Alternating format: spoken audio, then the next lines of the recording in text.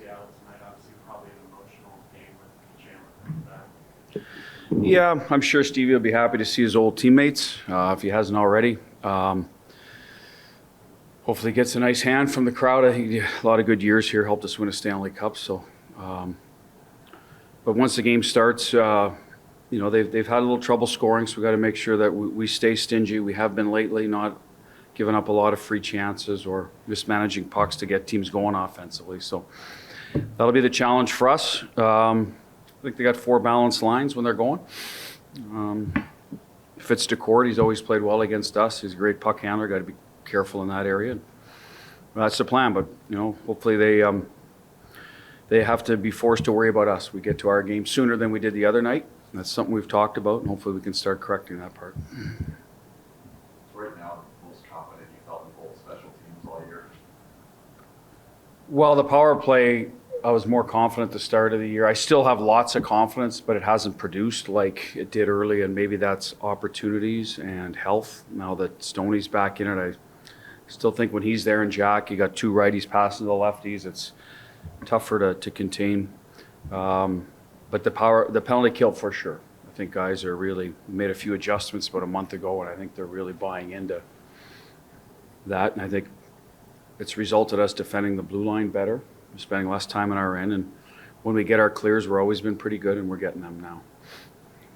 Do you have points in the season, based on your experience, that the team should do this at this stage, and we'll get to this at the next stage? Do you have those sort of benchmarks? Yeah, I think there's probably 3 parts of a season. There's figuring out what you want to be, right? It starts in training camp, and then you get, I would say that's New Year, Thanksgiving to Christmas time, right? You should know what you are and what you aren't. And if you know what you are and you want to be that, then you keep building on that. If you're not, then you've got to fix it in a hurry, to me. So for us, I feel like we're starting to resemble a lot more of what we want to be, especially in the last 4 to 6, 3, 4, 5 weeks.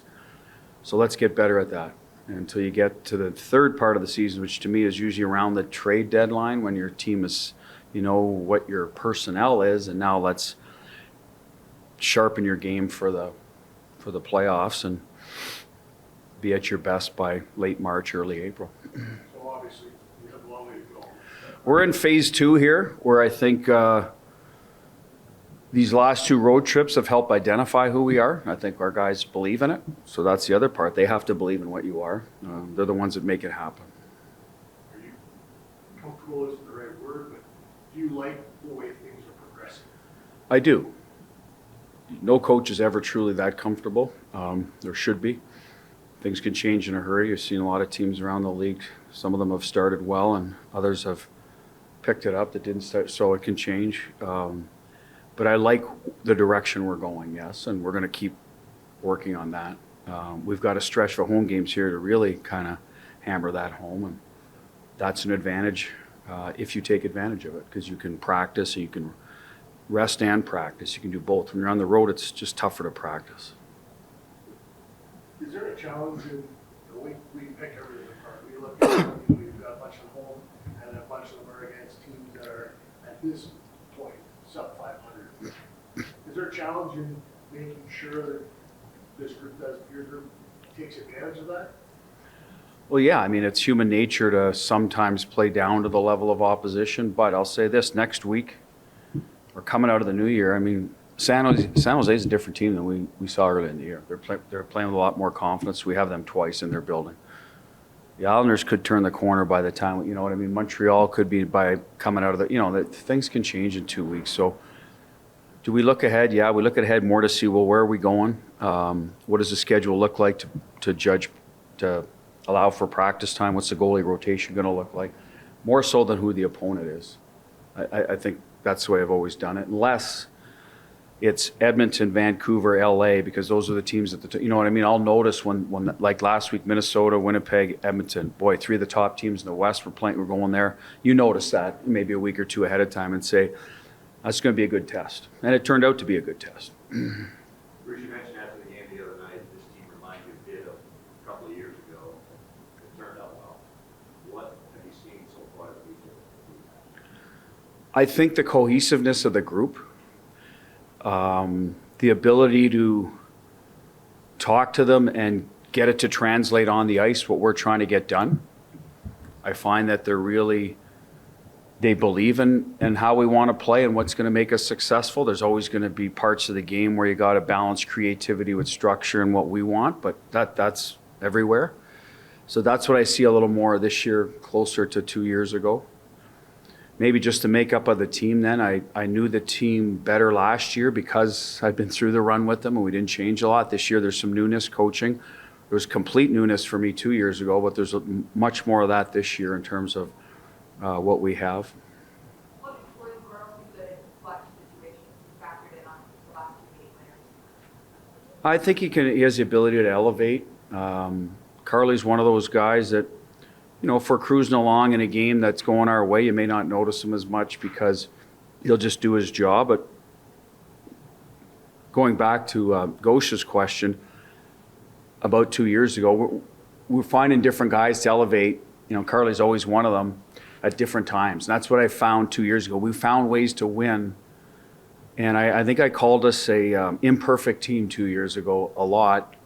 And we ended up pretty freaking perfect at the end. So I see some of that this year, right? A lot of one-goal games. Early in the year, we're scoring a lot. Now we're finding different ways to win. But we're winning. And I think the guys believe that they can win. And going back to your question now about Carly in crunch time, when it matters, you can almost feel the energy on the bench, the confidence, the composure of the group. Now that could all change, but that's what I see right now. Then these close games, they don't look like they're rattled. Whereas maybe last year there was more. I got to think of an adjective during some of these games.